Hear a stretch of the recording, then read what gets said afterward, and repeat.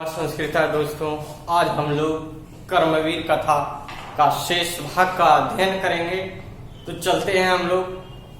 कहता है तत्रापि गुरुना प्रिय षड सततम पुस्तकालये स्ववर्गे च सदा वहित चेतसा अकृत कालक्षेपः स्वाध्याय निरतो अभूत।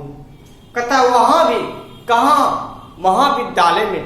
अब जो है वह दलित बालक हाई स्कूल से महाविद्यालय में प्रवेश कर चुका है। तो अब यहाँ महाविद्यालय के बारे में बताया जा रहा है कि महाविद्यालय में भी जो है गुरुओं का प्रिय हो गया था। क्या हो गया था? गुरुओं का प्रिय हो गया था, मतलब गुरुजी उनको चाहने लगे थे महाविद्यालय में भी। कथा सततम पुस्तकालय, वे जो दलित बालक है लगातार पुस्तकालय में स्ववर्गे च और अपने वर्ग में सदावहित चेतसा, मतलब सावधानी मुद्रा में सावधानी पूर्वक अकृत कालक्षेप, समय को न गवाते हुए समय को देखते हुए स्वाध्याय निरतो अभूत, अपने अध्याय में एकदम लगे रहते थे। समझ में आ गया? अब कहता है महाविद्यालय के पुस्तकागारे, पुस्तकालय में बहुना विषयाना पुस्तकानि आत्मसात् अशोकृतवान।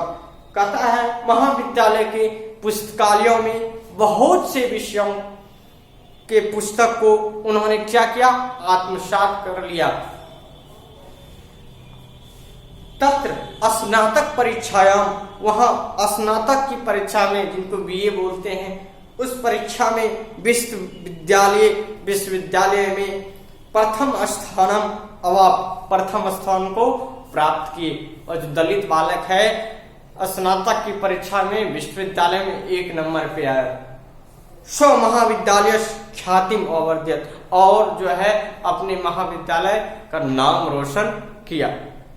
सर्वत्र राम प्रवेश राम इति शब्द श्रूयते अस्म नगरे विश्वविद्यालय परिसरे च।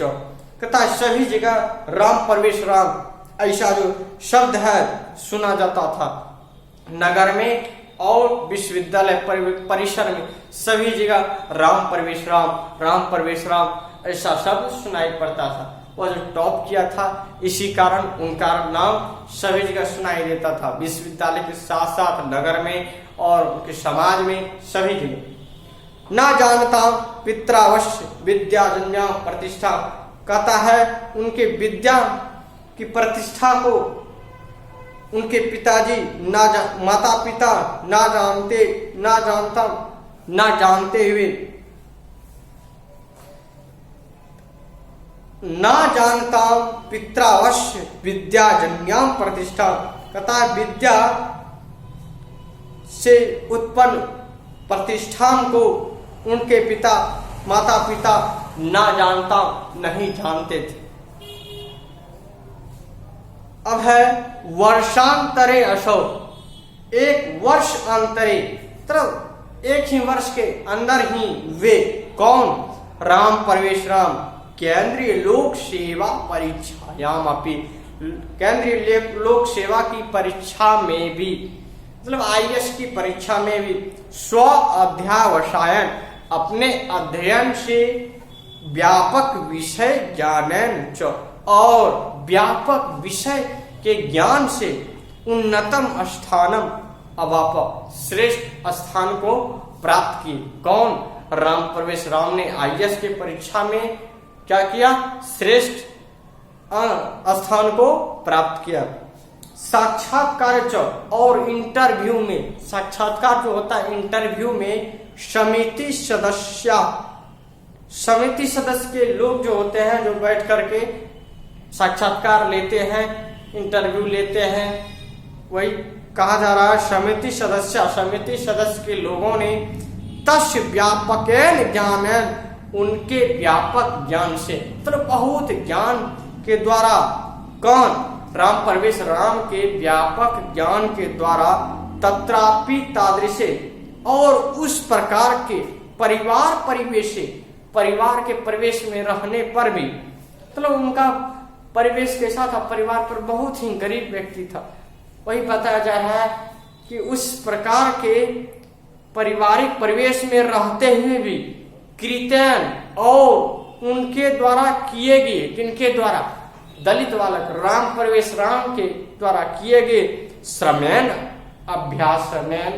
अभ्यासैन च परम प्रीता भवन, उनके द्वारा किए गए प्रयास के द्वारा, मेहनत के द्वारा परम बहुत ही प्रीता भवन, बहुत ही प्रसन्न हुए। कौन प्रसन्न हुए?